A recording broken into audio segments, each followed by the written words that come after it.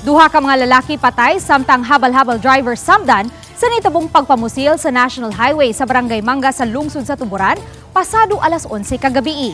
Giila ang mga nakalas nga sila si Arnold Ebo, taga-Dakbayan sa Lapu-Lapu ug Joey Tanawon, taga-Barangay Daang Lungsod sa lungsod sa Tuburan.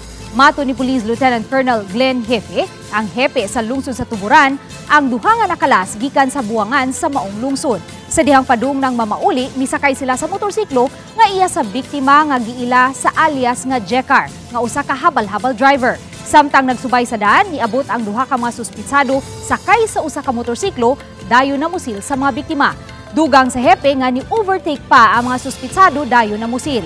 Naigo sa ulo o nagkalain-laing bahin sa ilang lawas ang mga biktima.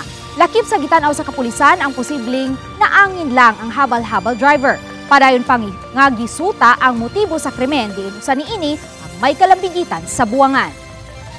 Pa may makadetermine karon sa motive kay ongoing pa nga moang investigation. Kinagbaktaking me o unsa gi asa to sila unsa to ilang rason nga nung wag kay ang among tan-aw to nagkaaway siguro to sila sa buwangan